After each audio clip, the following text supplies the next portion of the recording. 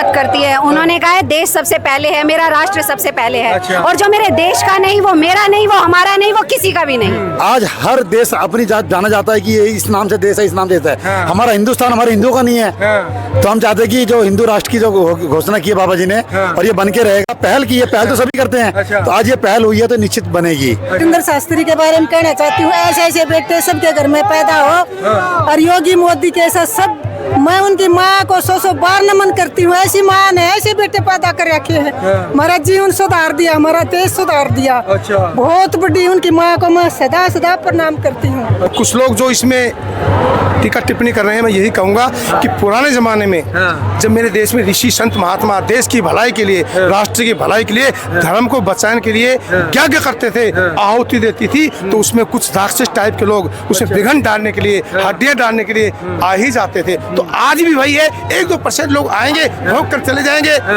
जय जय श्री राम, भारत माता की। क्योंकि सनातन एकता यात्रा के नाम से जो ये यात्रा निकलने जा रही है, यहाँ पर आप लोग देख सकते हैं तमाम कितनी भीड़ भाड़ जो है, यहाँ पर लोग एकत्रित हैं। इस समय सनातनी एकत्रित हैं और साथ में यहाँ पर हमारे जो है हनुमान जी भी, हनुमान जी का वेश भरकर जो आए हैं, इनसे बात करते हैं। जी भाई साहब, कैसा लग रहा है आपको यहाँ पर? मेरे को बहुत अच्छा लग रहा है, मैं बहुत खुश हूँ। अच्छा। आज मेरा देश इस ऐसी पहल की तरफ बढ़ रहा है। अच्छा। जिस प्रकार हजारों साल लंबित पड़े मेरे भगवान श्री राम का मंदिर बन गया था, अच्छा। जिस राह पर मेरा देश चल रहा है, जिस अच्छा। प्रकार से सब हिंदू, हाँ। विश्व में रहने वाले सभी, हमारी कोई जात नहीं, कोई धर्म नहीं, कोई मजहब नहीं, हम सब हिंदू हैं, हम सब राष्ट्रवादी हैं। क्योंकि माँ और मुल्क में कोई फर्क नहीं होता, और राष्ट्रवाद से बड़ा कोई धर्म नहीं होता। अच्छा। इसलिए आज सभी हिंदू एक होकर के, अच्छा। हमारी कोई जात नहीं, हमारी जात है हिंदू। हम अपने राष्ट्र निर्माण के लिए भारत माता की के चल रहे हैं बाबा बागेश्वर, जो ये हिंदू राष्ट्र के लिए यात्रा लेकर के चल रहे हैं। हिंदू राष्ट्र की क्या आवश्यकता आन पड़ी है, थोड़ा बताएंगे? आवश्यकता तो बहुत जरूरी है। अच्छा। आप उठाकर देख लीजिए हाँ। कि हिंदू राष्ट्र कहाँ है। अच्छा। और आज बाहर क्या हाल हो रहा है। अच्छा। आज मेरा देश भारत एक ही भारत के कुछ हिस्सों में सिमट कर रह गया है। अच्छा। हम कब तक बने रहेंगे, इसलिए ये बहुत जरूरी था। और पूरा देश और सभी धर्मों के लोग, जितने भी, कोई भी जात पात है, हमारी कोई जात नहीं, कोई, हम हैं सब हिंदू, हमें सब भारतवासी। क्योंकि मैंने कहा ना कि राष्ट्रवाद से बड़ा कोई धर्म नहीं है। अच्छा। और माल मुल्क में कोई फर्क नहीं है, इसलिए हम सब सनातनी एक हैं। तो ये वेश भरा है, हनुमान जी का जो वेश भर के आप यात्रा में आए हैं, तो ये आपका विचार, किस विचार से आप यहाँ पर आए? मेरा विचार यही आया हाँ। कि हम बचपन से देखते आ रहे थे, राम मंदिर बनेगा, राम मंदिर बनेगा। अच्छा। अरे मेरे राम के देश में, हमारे भारत, उसमें राम मंदिर नहीं बन पाया। आज मेरे भारत में राम का मंदिर बन गया। तो मैं, क्योंकि मैं जो हनुमान था वो राम का भक्त था। अच्छा। तो मैं उन्हीं की छवि को प्रदर्शित करते हुए सभी सनातनी जो राम भक्त हैं देश के, जो, क्योंकि राम, ये तो राम राज्य है, ये तो राम का राज्य है, इसलिए मैं कहता हूँ सारा देश एक होकर के अपने भारत वर्ष को एक पूरे विश्व में गुरु बना के दिखाए। तो बाबा बागेश्वर की यात्रा में हनुमान जी का जो है साथ रहेगा? जी बिल्कुल रहेगा, तन मन धन से रहेगा, तन मन धन से आखिरी तक रहेगा। मेरी खून की अंतिम बूंद भी इस देश के लिए, इस राष्ट्र के लिए, सनातन धर्म के लिए काम आएगी। मैं एक राष्ट्रवादी सनातनी हूँ, सनातनी हिंदू से हूँ। जय जय श्री राम, भारत माता की। तो आपको क्या लगता है कि बाबा बागेश्वर ने जो ये मुहिम चलाई है, ये कामयाब हो पाएगी?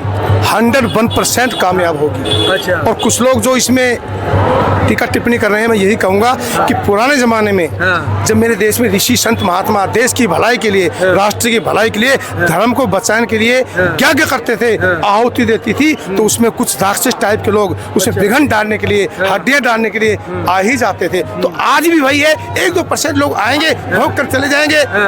लेकिन जो लोग कह रहे हैं कि बाबा जी तो नफरत फैला रहे हैं, किसने कहा? जो नफरत फैला रहे हैं, जो काटने की बात करते थे, नहीं, उनके बारे में कोई नहीं बोल रहे हैं। ये यात्रा की क्या आवश्यकता, हिंदू राष्ट्र की क्या आवश्यकता, जब देश के अंदर तमाम जो धर्म वाले हैं सब एक साथ रह रहे हैं? तो भगवान श्री राम का अयोध्या राज्य स्थापित था, तब भी उन्होंने सनातन के लिए एक अश्वमेघ छोड़ा था। अच्छा। ये वही अश्वमेघ है। अच्छा, तो आप क्या कहना चाहेंगे? बिल्कुल बिल्कुल, हिंदू राष्ट्र तो बन चुका है सर। अच्छा। आपके सामने यहाँ 50,000 की जनसंख्या का अनुमान लगाया था, किया गया था। यहाँ लाखों की संख्या में भक्तजन आ गए हैं। अच्छा। और जो वृंदावन तक बाबा के कदमों से कदम मिलाकर चलने को तैयार है। और हिंदू राष्ट्र की पहल जो बाबा बागेश्वर धाम जी ने की है, इसमें पूरे हिंदू अपनी आहुति देने को तैयार है, हिंदू राष्ट्र बन के रहेगा। अच्छा ये बताइए, देखिए कुछ लोग ये कह रहे हैं कि जो ये यात्रा निकाल रहे हैं बाबा बागेश्वर, ये एक राजनीतिक प्रेरित यात्रा है, तो इस पर आप उन लोगों को क्या कहना नहीं, चाहेंगे? राजनीतिक में कोई इसमें कुछ नहीं है, ये सब हिंदुओं की है, अपने धर्म को बचाने के लिए है। अच्छा। आज हर देश अपनी जात जाना जाता है कि ये इस नाम से देश है, इस नाम से देश है। हमारा हिंदुस्तान हमारे हिंदुओं का नहीं है। तो हम चाहते हैं कि जो हिंदू राष्ट्र की जो घोषणा की है बाबा जी ने, और ये बन के रहेगा। पहल की है, पहल तो सभी करते हैं। अच्छा। तो आज ये पहल हुई है तो निश्चित बनेगी। अच्छा।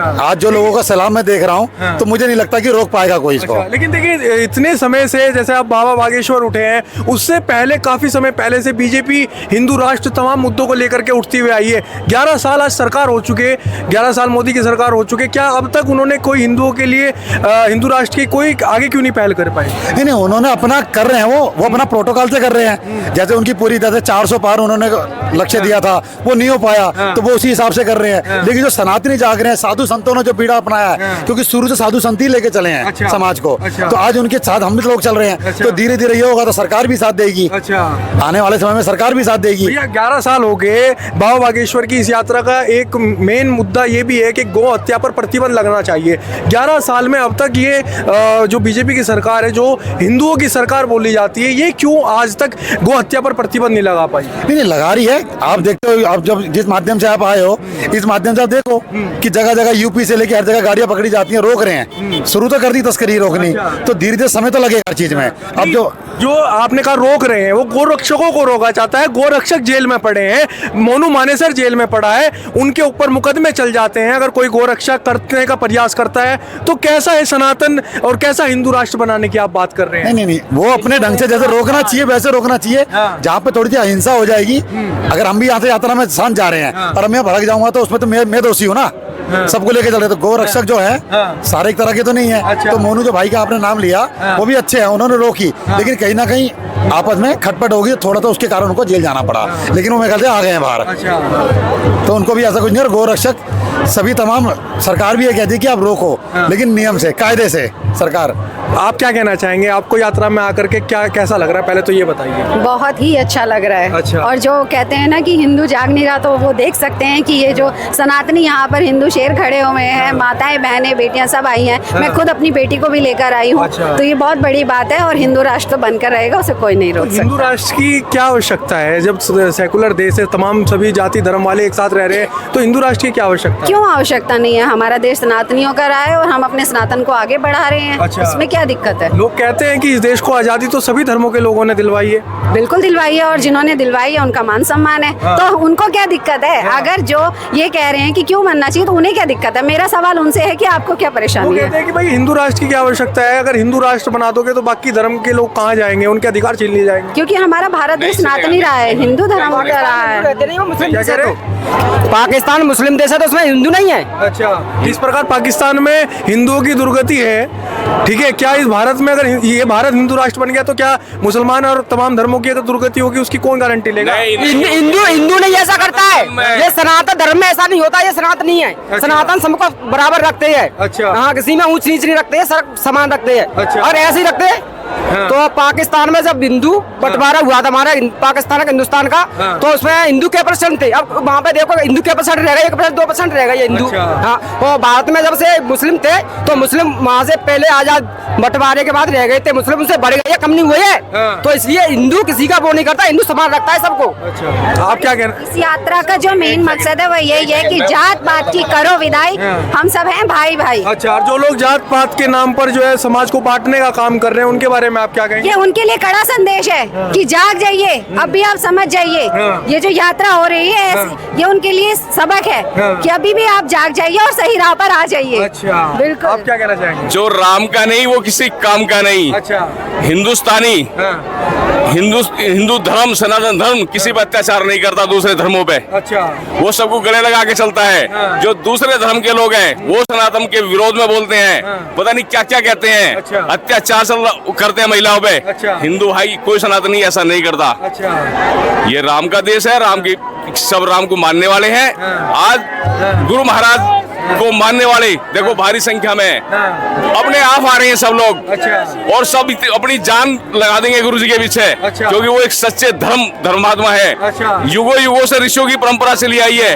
एक हमारे के इतने महान ऋषि धीरेन्द्र शास्त्री हुए हैं, सब हिंदुस्तानी इनके साथ है। अच्छा, लेकिन एक बात बताइए, जब भी तमाम अगर कोई भी धर्म गुरु अगर हिंदुओं को जगाने की बात करता है, हिंदुओं को एकजुट करने की बात करता है, तो तमाम देश के अलग अलग नेता और लोग ये कहने लगते हैं कि ये तो बीजेपी के मोहरे हैं, बीजेपी के लिए काम कर रहे हैं। जो कहते हैं ना, उनकी रगों में हिंदुस्तानी का खून ही नहीं बह रहा। अच्छा। वो इस तरह के लोग हैं। अच्छा।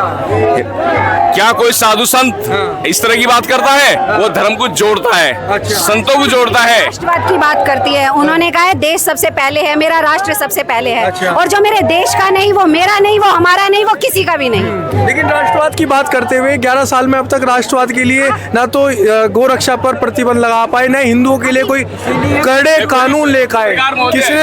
किसने कहा धारा 370 एक देश के ऊपर कलंक था। मेरी भारत माँ की छाती में एक रिश्ता हुआ फोड़ा था। अच्छा। एक झटके के साथ मेरी भारत माँ की छाती से 370 का खंजर निकाल कर फेंक दिया और भगवान श्री राम मंदिर एक झटके के साथ बना दिया। क्या नहीं हो पाया? अच्छा। कश्मीर, जिस कश्मीर में मैं 2-3 साल काट कर आया हूँ, जहाँ पर सरेआम पाकिस्तान का झंडा लहरा जाता था, आज लाल चौक पर मेरा तिरंगा बड़े सम्मान के साथ लहरा जाता है। जहाँ पर हमारे सैनिकों के साथ पत्थरबाजी करते थे, Indian dog go back, Indian dog go back. हम क्या चाहते हैं? आजादी। आप जाके देखिए, जब हम कश्मीर में उन लोगों के लिए, कश्मीर में किसी भी आपदा में उन लोगों के लिए जब हम राहत बचाव और शांति के दूत बनकर जाते थे, तब भी वो लोग गाड़ियों और पत्थरों से हमारा स्वागत करते थे और हमारी आंखों के सामने ही हमारे जान से प्यारे तिरंगे को फाड़ देते थे, जला देते थे और हमें इंडियन डॉग जैसे काफी नवाजते थे। अच्छा, आपने कश्मीर की बात करी है। कश्मीर के अंदर एक फिर वही मुद्दा आता है, कश्मीर में धारा 370 तो हटा दिया, लेकिन कश्मीर के अंदर हिंदू क्यों नहीं बस पा रहे? आज किसी का साहस है, तमाम लोग यहाँ पर खड़े हैं, कोई कहेगा कि कश्मीर में जाकर के मैं मकान बना सकता हूँ, मैं रह सकता हूँ। मैं खुद गई हूँ कश्मीर, अपने बच्चों के साथ गई हूँ, परिवार सहित गई हूँ। इतना शांतिपूर्ण माहौल है और अपने तिरंगे को देखकर तो फक्र होता है, हमें गर्व होता है कि आज जहाँ पर हम डरते थे आने से, आज हम इतने गर्व के साथ आए हैं। कौन कहता है कि वहाँ पे हिंदू नहीं जा सकता? बिल्कुल जा सकते हैं और बड़ी आन शान बान से जाइए। अभी तक हिंदुओं का जो पलायन हुआ था, आपने देखा होगा, दुर्गा पूजा क्या, गणेश चतुर्थी क्या, सब त्योहार वहाँ मनाए जा रहे हैं, तो ये आप गलत कह रहे हैं। मैं ये कहना चाहता हूँ, कश्मीरी पंडितों का जो पलायन हुआ था, उसके बाद अब तक कश्मीरी पंडितों के पलायन के पश्चात 370 हट चुकी है, तो उनको वापस क्यों नहीं उनके घर पे बसाया जा रहा? उसके लिए मैं आपसे एक ही बात कहूंगी, आप कश्मीर जाइए और फिर नहीं बस पा रहे। अगर कोई जाता भी है तो आज भी वो सुरक्षित नहीं है। नहीं है, बिल्कुल। धारा 370 हटने के बाद बिल्कुल बस रहे हैं। मैंने बताया ना कि मैं खुद अपने परिवार के साथ गई हूँ और बहुत अच्छे शांतिपूर्ण माहौल से गई। चलिए, अंत में हम हनुमान जी से पूछना चाहेंगे, क्या संदेश है भारत देश और तमाम नेता और जनता के लेकर के? यही संदेश है कि ये सदी हिंदुत्व की सदी है और आज मेरा भारतवर्ष पूरे विश्व के सामने गुरु बनकर खड़ा है। अच्छा। और ये सनातन की जीत है। अच्छा। और आप कश्मीर की बात करते हैं, मैं कहना नहीं चाहता हूँ, जब मैं 2009 से 11 में कश्मीर में था तो हम अपना तिरंगा नहीं फहरा सकते थे, राष्ट्रगान नहीं गा सकते थे, पत्थरों का सामना करते थे, गालियों का सामना करते थे, गोली नहीं चला सकते। आज मेरा सैनिक फक्र के साथ तिरंगा झंडा लहराता है, राष्ट्रगान गाते हैं, वहाँ पर हम घूमने जाते हैं। आज और छोटी छोटी घटनाएं तो हो ही जाती हैं, और जिन्होंने घटना की उनका मुंह तोड़ जवाब भी दे दिया है भारत सरकार ने। चलिए, तो आज मैं आपके चैनल के माध्यम से बोलना चाहूंगी कि एक पिछले दिनों एक वीडियो बहुत ज्यादा वायरल हुआ था, ईद की राम राम, शायद आप में से कुछ लोगों ने देखा भी होगा, तो वो यही है और जो आज हमारे सनातन के लिए हनुमान जी बन गए। चलिए, तो हनुमान जी का साथ इस यात्रा में पूरा रहेगा? पूरा साथ, क्योंकि माँ और मुल्क में कोई फर्क नहीं और राष्ट्रवाद से बड़ा कोई धर्म नहीं।